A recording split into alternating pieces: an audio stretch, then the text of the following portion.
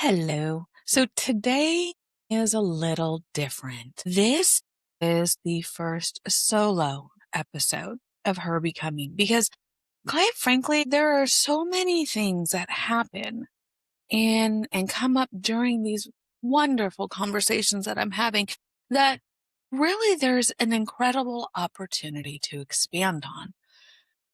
But I don't want to take away from the story of the woman I'm interviewing. So I want to touch on some things between episodes. We might do this a lot. I might not. I might think this is a horrible idea.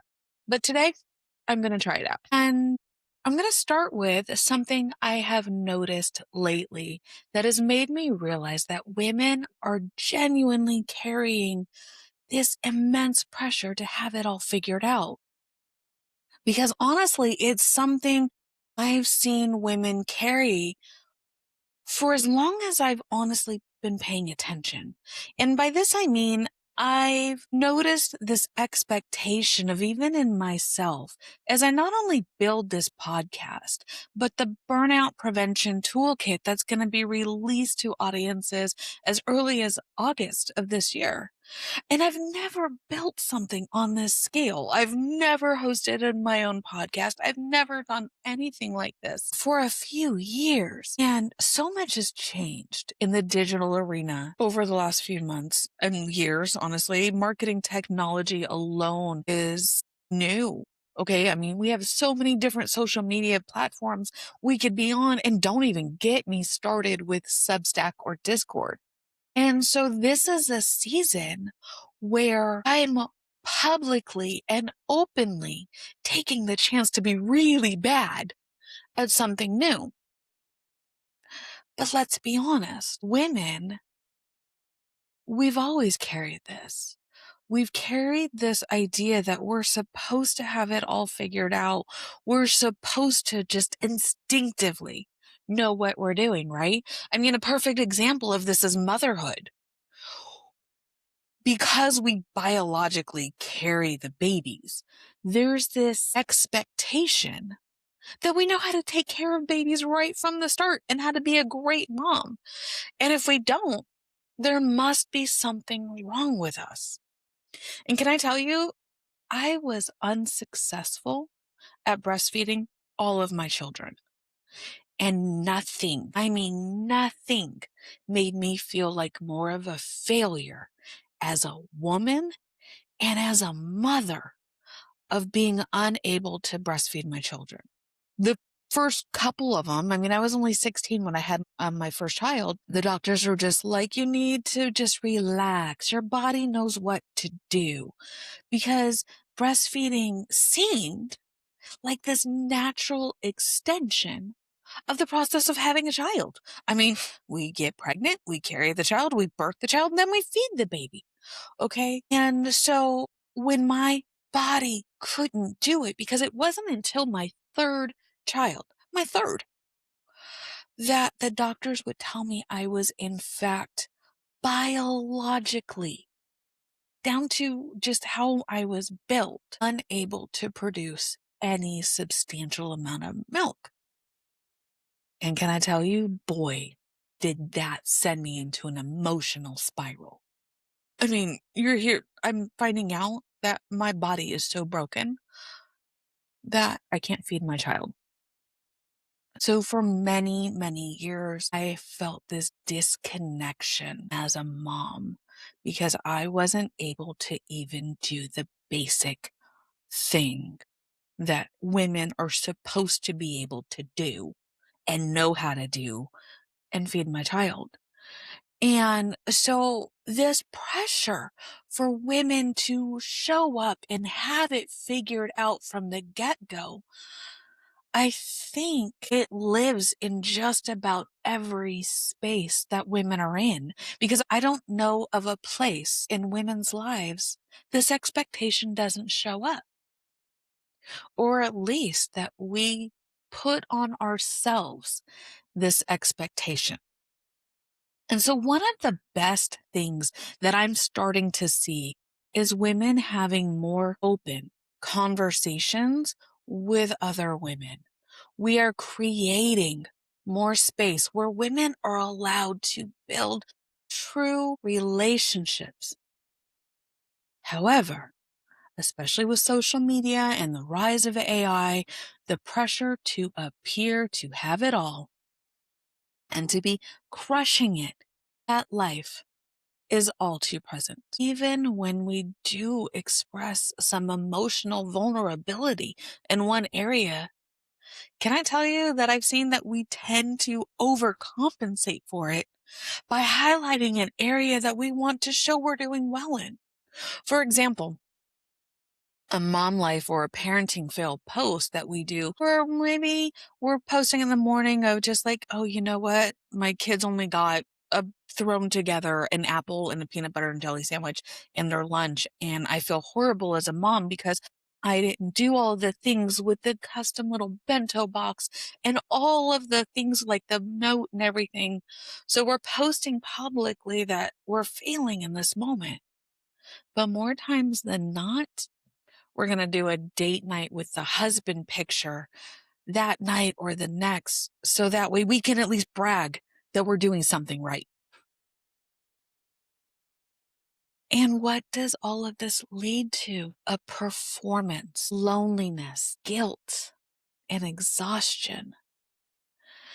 And so personally, I'm wrestling right now with this in regards to my husband and I are planting a church. And there is this implied persona of a pastor's wife.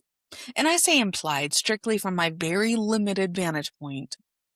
There's this idyllic Proverbs 31 woman personified, managing her home, her family, a business, and the day-to-day care of women and children of the church body with a smile and an unending grace. And I'm over here like, how do I show up well? How do I smile through a worship gathering of 25 plus people in my living room, including littles under 10 on any given Sunday, making a beautiful, joyful noise with their instruments while I'm battling today's freaking perimenopausal body malfunction? I mean, that is just the reality of life is we're expected to show up smiling and happy and supportive of everybody else, regardless of how we feel. Last Sunday was a perfect example. As my body is shifting, my hormones are shifting, my migraines are coming on at times with a vengeance. Sometimes the medication, regardless of how much I try, isn't catching in time. And last week I was stubborn. Okay. I felt it coming on Friday night. I knew it was close to bed and I just ignored all of the symptoms. And you know what? Can I tell you? I paid for it on Saturday and even into Sunday. And so Sunday's rolling around and I feel like I'm wanting to crawl out of my skin and hide and curl into a ball, but I'm putting on a good face while everybody shows up. The wonderful hostess, I don't want to say perfect because I never put that expectation of perfection anymore. Okay. Used to struggle with total perfectionist issues, but I wanted to show up well because these families are coming in for support and for community and they're wanting to be loved on. And so I put aside everything and sat and made myself be present. This whole time I'm thinking, oh my God, I want to vomit because just my whole nervous system is going haywire. And so there's where I think we've internalized and demanded of ourselves just this most masculine energy that we could possibly imagine in pursuit of unforgiving perfection. And it reminds me of my time as a career coach. And I'm not sure what these stats are in relevant to today's job market. But I do know in around roughly 2019 to 2022, women made up a significantly smaller number of overall job applications when compared to their male counterparts.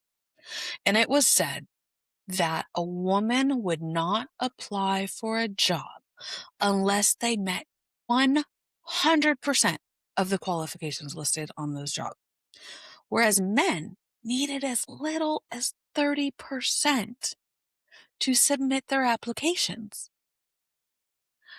Listen to that again. Women wait until they are 100% ready and they feel like they've met all of the qualifications that if you look at their resume, every single little box is ticked. And then they'll apply. Men needed as little as 30% to try out. No wonder men outnumber women in the job place.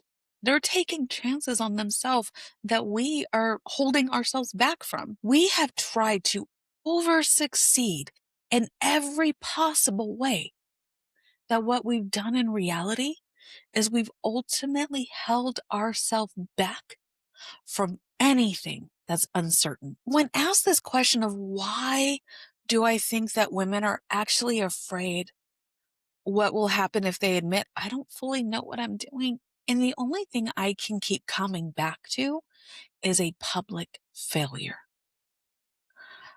There's this notion that we have that everybody is watching us. Okay, social media has created this environment and this thought process that, oh my gosh, everything I do is seen by everyone online. And so if I go and I fail publicly, if I try something publicly and I fail, everybody's going to know.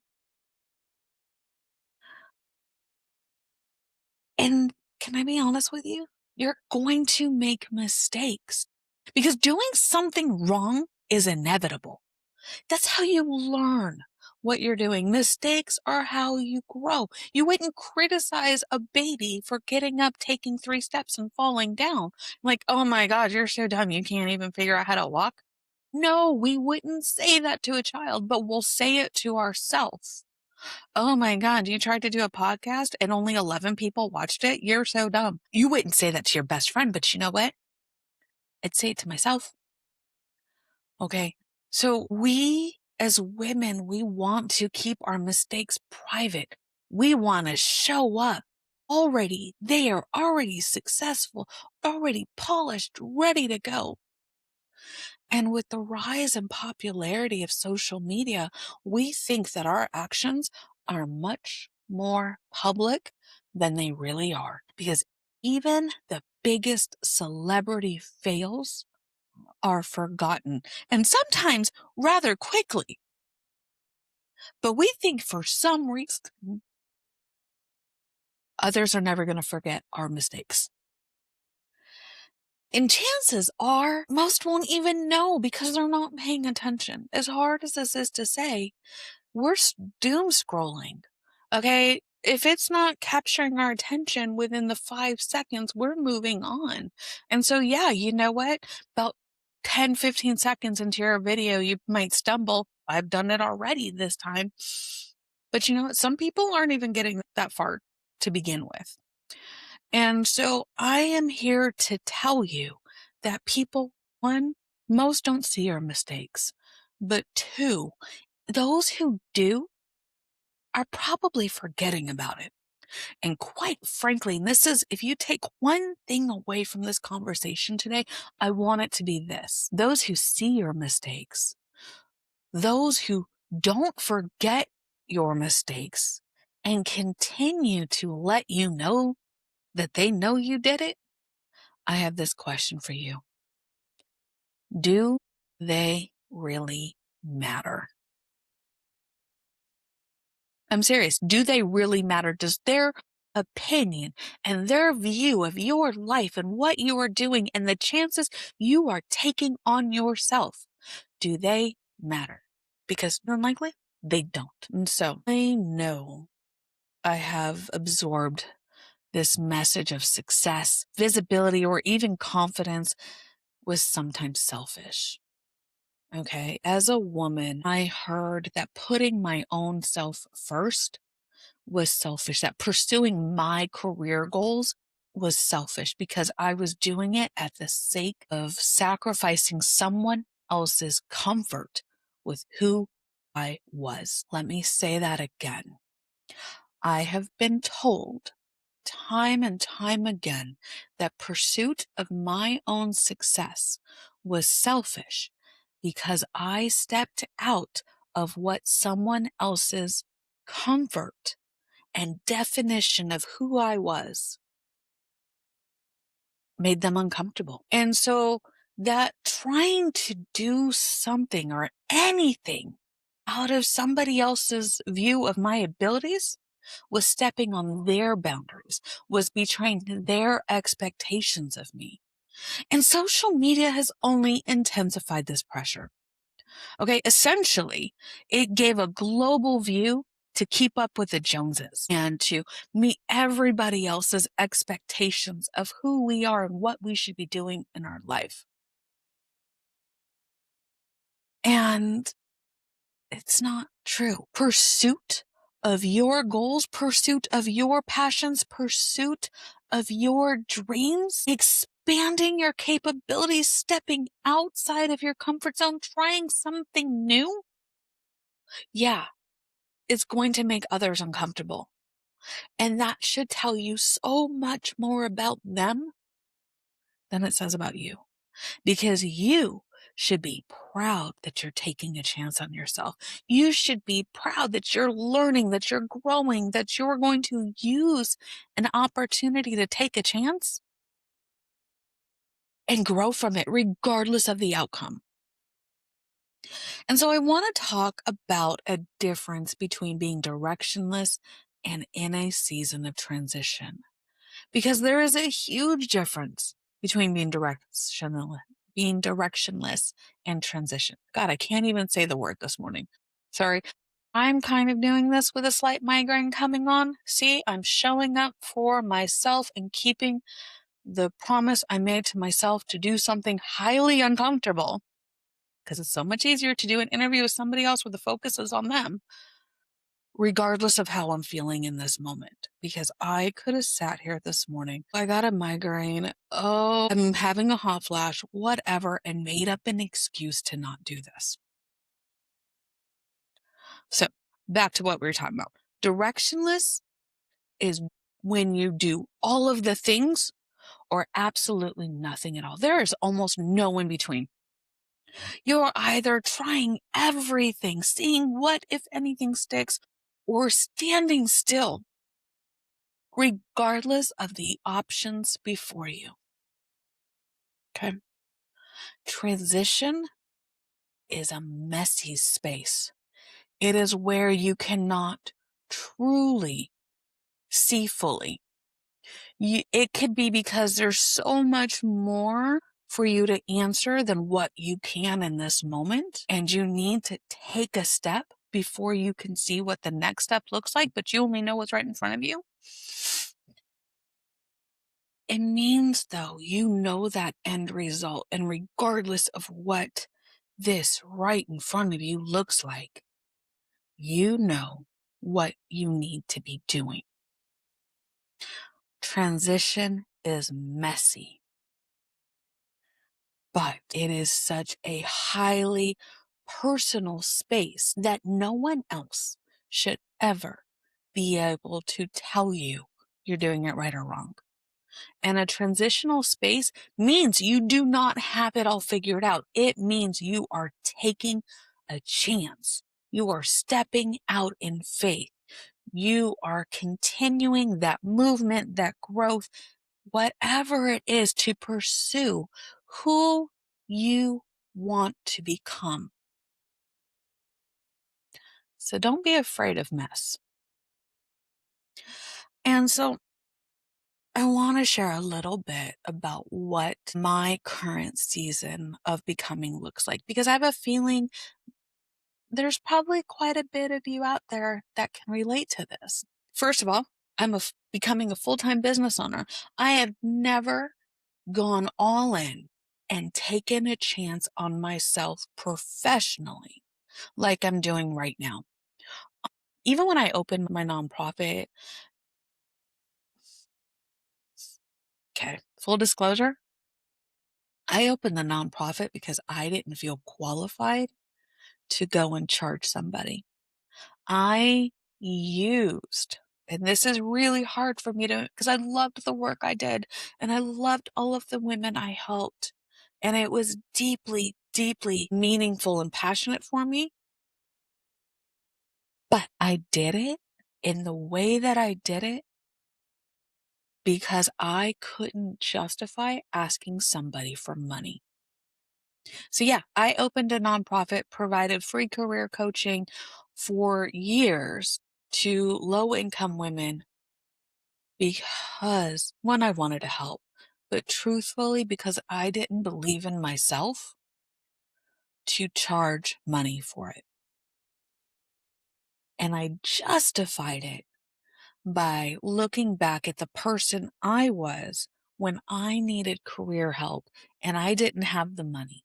I wanted to be able to serve a woman who was in the life space that I was in before and didn't have the help. Okay. But now, with the development of my burnout framework and the life space that I'm in, I'm at a point where I can, one, confidently ask for money. It's still getting there. I probably still undervalue myself quite a bit, but I'm beginning, so that's okay. But I can scale in a healthy and sustainable and successful way. And here's what's great. So many people are having these conversations in part regarding my burnout work. I can talk to people as we're preparing for women in automotive, where I'm delivering my avoiding burnout, a condensed version of my avoiding burnout workshop. But within my role of women in automotive, I get to talk to all of the speakers and interview them. I love interviewing people because it takes the focus off of me, which is great. But so many women are bringing together different parts of what causes burnout. And so I can see that these conversations are happening in part all around me. And I know that the uniqueness of my work is that I bring together all of these areas of personal and professional accountability and sustainability for building a life that allows one to thrive without creating burnout. So there's a little different. I'm getting to take a chance on myself that way. And then additionally, I'm becoming an empty nester. Our youngest leaves for college in the fall. I have no idea what life without a kid in the house is going to look like. Okay, yeah, she's 18 now. Yes, she spends half the week with her dad and then the other half with my husband and I. And so she's already gone a couple of days. But those days that she comes home, oh my gosh, I love it. That just lights me up and it just brings me so much joy to have our daughter in the house. We even have a guest room so that way any of our kids could come and they have a place to stay. And nothing makes me happier than to get a call, say, hey, we're passing through town. Do you mind if we come stay for the night? That's why we have it. But she's leaving for college in the fall. There's going to be weeks at a time where I don't see her, where I don't get to say, "Hey, what do you want for dinner?" That is just like the simplest of things. And I'm currently wrestling with a personal question of uh, because when she's with her dad, I text her good night, I send her a prayer, and then every morning I text her good morning. How long do I do this for? When she goes off to college, do I still do that? Do I stop? I don't know these things. These are what I'm navigating with having our youngest grow up and leave the house. So there's so much of my life right now that feels unfinished. Quite frankly, I don't know if any area ever will feel finished because right now, definitely, there's not much that does. But here's one thing that I want you to know. Clarity tends to come after movement. Um, and a perfect example of this would be when I came to faith. Because when I turned to God, I knew nothing, and I mean nothing about him, besides what I had heard on the Sunday before, because a girlfriend had invited me to church. Now, okay, in all fairness, I knew Easter, Jesus had something to do with it, and Christmas with his birthday. So I knew the hallmark, Jesus. But when I finally turned to God, my life depended, literally depended, on continuing to move forward in complete trust of who he was and that it was true. And the great part is, because of that trust and those steps forward, I never attempted suicide again. And maybe one day we'll get deeper into that story, but today's not the day. Because here's what I've learned about uncertainty that I did not understand even as little as 5 years ago. It is possible to have peace and still be uncertain.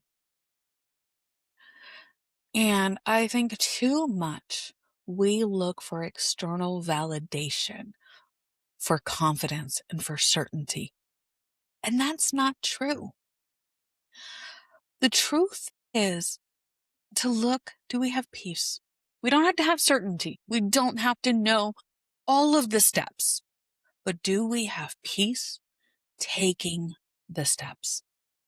That's what we should be looking for. We should be looking for peace, not certainty.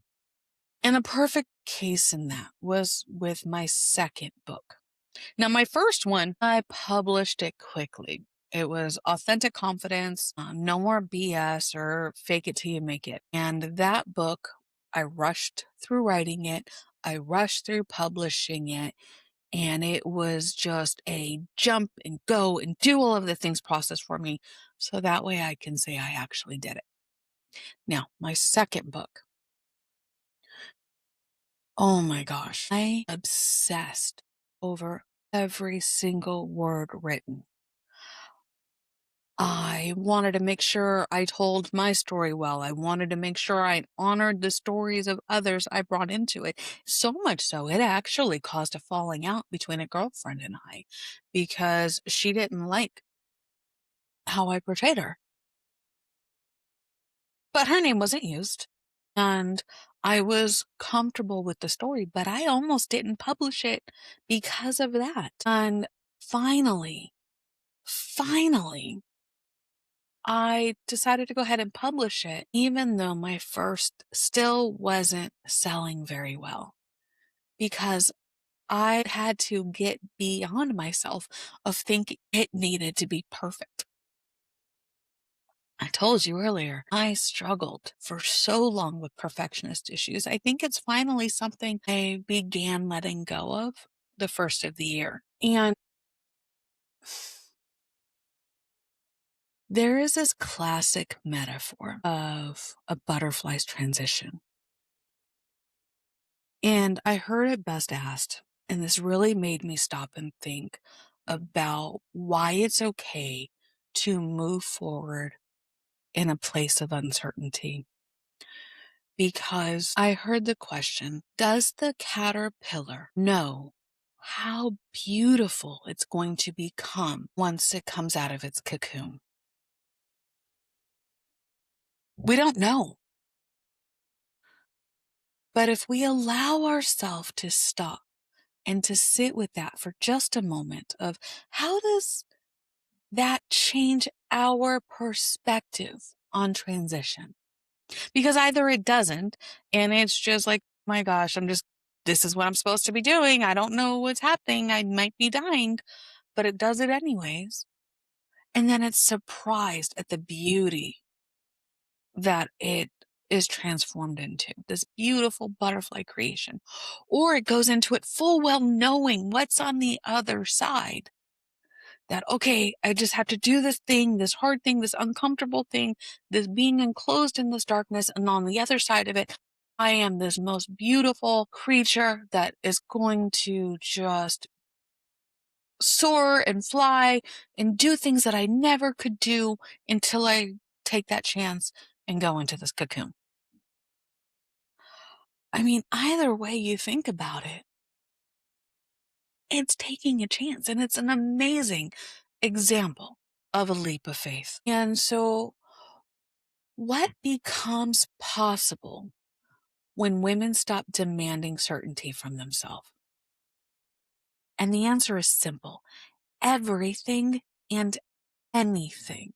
You may build that dream house. You can take the move across the country. You can bet on yourself and win it all. And what does it look like to actually start to honor growth without constantly trying to prove yourself? The only thing that comes to mind is that it would look a lot like the notches you put on a wall as a kid as you're growing. Because with that analogy, I want you to think back to that. You're 5, you put a mark, you're 6, you put a mark, you're 7, and you continue going. What are you doing? You're comparing yourself to the previous version of you. Have I grown as a person? Have I gotten taller? Am I taller now that I'm 10 than I was at 7? You're not comparing yourself to others. I think there's really where we, especially as women, need to focus on. Let's work on being a better version of ourselves. That's why I have my newsletter, Better Than Yesterday. Because if all we're trying to do is be better than we were yesterday, whatever that looks like, we're going to continue to be better women, better mothers, better wives, better humans. And so right now, I think women don't need permission to grow. That's our nature. Okay. We're going to grow. We need clarity on the who we are, on what we stand for, and what truly aligns with that. And so I want to share with you that right now, becoming means to me, and I keep going forward this word, but it doesn't feel quite right because aligned feels too brandy. But it's the best I can come up with at this moment. I am more aligned with the woman I want to be. I am taking chances on myself. I am doing these things. I'm allowing a vulnerability of being fully transparent and accountable to someone else in ways that I've never done before. And so while I don't fully have a personal description for this current becoming season that I'm walking in, I can say that I am definitely walking towards the woman I want to be intentionally. And there's an important distinction to make because we can keep stumbling. We can keep moving forward, fumbling our way, reaching through the dark. But there is this confidence that comes when you are aligning yourself day by day towards the woman you want to be. And so the question is not, do you know? But rather, do you have peace in who you're becoming? Uncertainty does not unilaterally mean chaos. This is where we get to have that deep discernment of God and be able to look for peace over certainty.